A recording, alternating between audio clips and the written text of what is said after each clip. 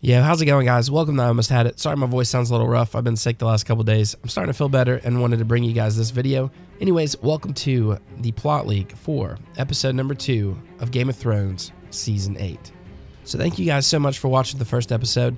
I know there was a couple people that were like, this definitely can't be true.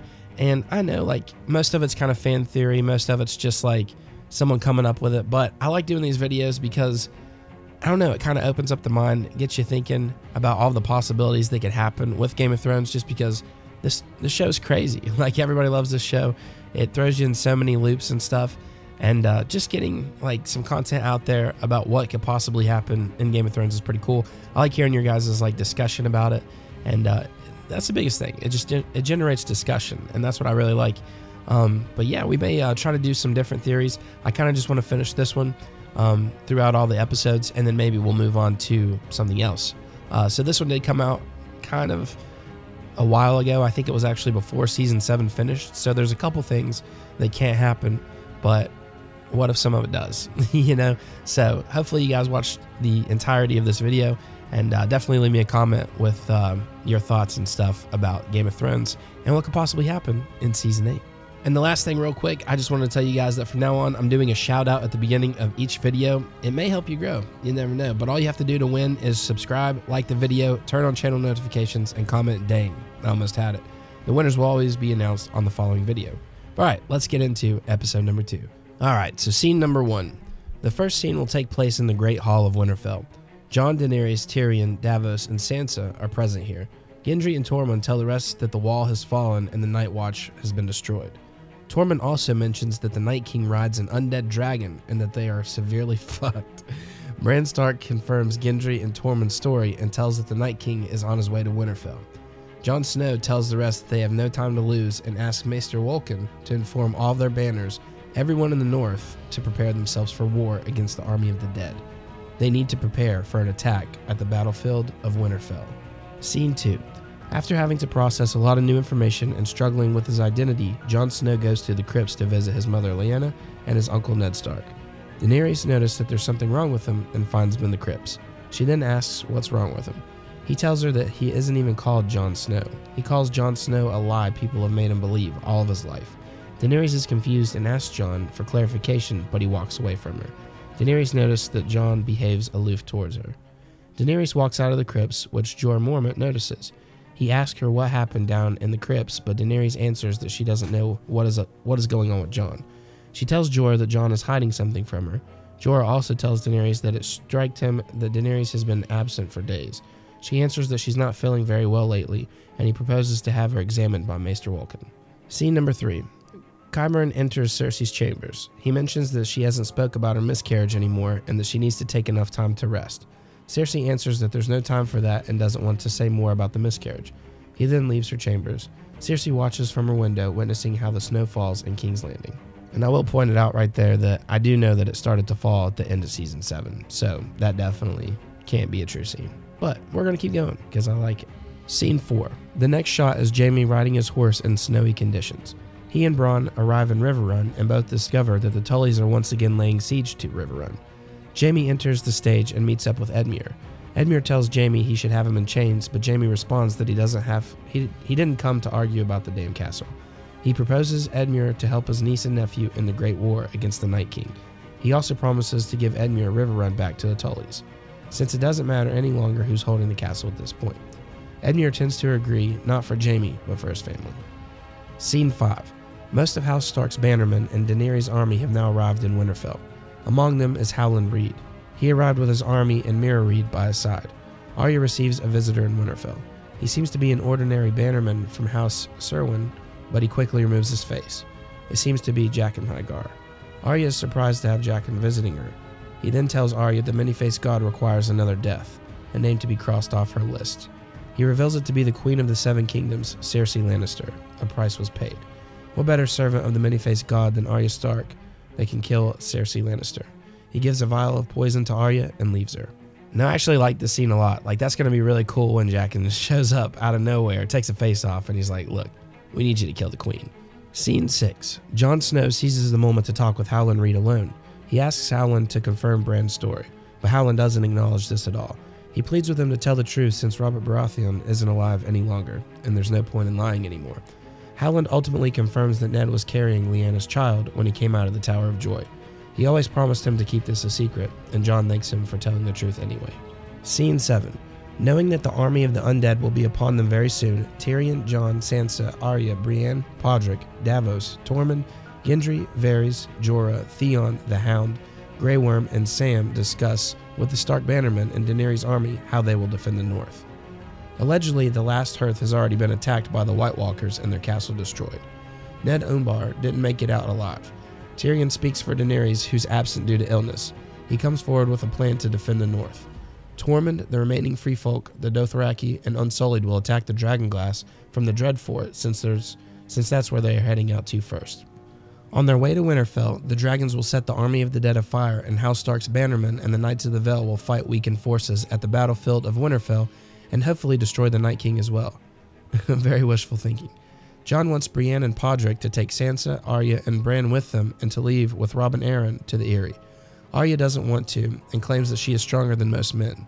They need her in the war to come. Jon insists that he doesn't want that. Jorah also wants to fight alongside House Mormont, but Lyanna... see, this is a little weird too. It had to be somebody else. That must be a misspelling, but it says Lyanna reminds him that he has betrayed his own house. Varys mentions that he has also received word from King's Landing. Supposedly, Queen Cersei has brought a great army of sellswords, and Euron Greyjoy has taken Storm's End to install the army there. Theon pleads to have Storm's End attacked, and Gendry agrees since it's the seat of his father's house. Jon promises Theon that he would help destroy Euron and save his sister after they defeat the Night King and his army. There's no time for that now since all of their lives are in danger and they have no choice than to face the Night King and his army. He needs his help and that of the Iron Islanders as well during the Battle of Winterfell. A disappointed Theon accepts his proposal. See, and Theon actually already took off, so that's kind of a little iffy too. Scene number 8.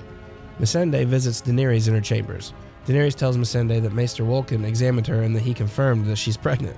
Missandei asks why she isn't happy then. Daenerys feels that Jon has changed towards her and she doesn't understand why. She's having another baby. Hopefully this one doesn't die by a witch. Scene number 9. The Free Folk, the Dothraki, the Unsullied prepare to leave Winterfell. Jon asks Daenerys why she didn't attend this important gathering, but Daenerys doesn't reply to that as well. Meera goes to say goodbye to Bran in the Godswood in Winterfell when Bran starts to behave very strangely. He pleads Meera to warn them since the Night King's army is here. Jon is going to say goodbye to Sansa when Meera runs to warn the others. A huge winter storm starts to come closer to Winterfell, and chaos erupts.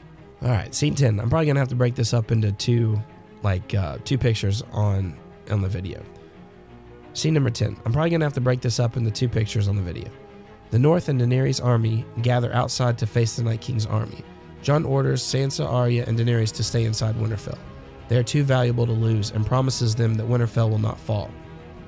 Varys, Tyrion, Robin, Samwell, Gilly, Lyanna, and Missandei also remain inside Winterfell. Arya first doesn't want to, but obeys Jon's wish. Sansa asks Meera to get Bran inside ASAP.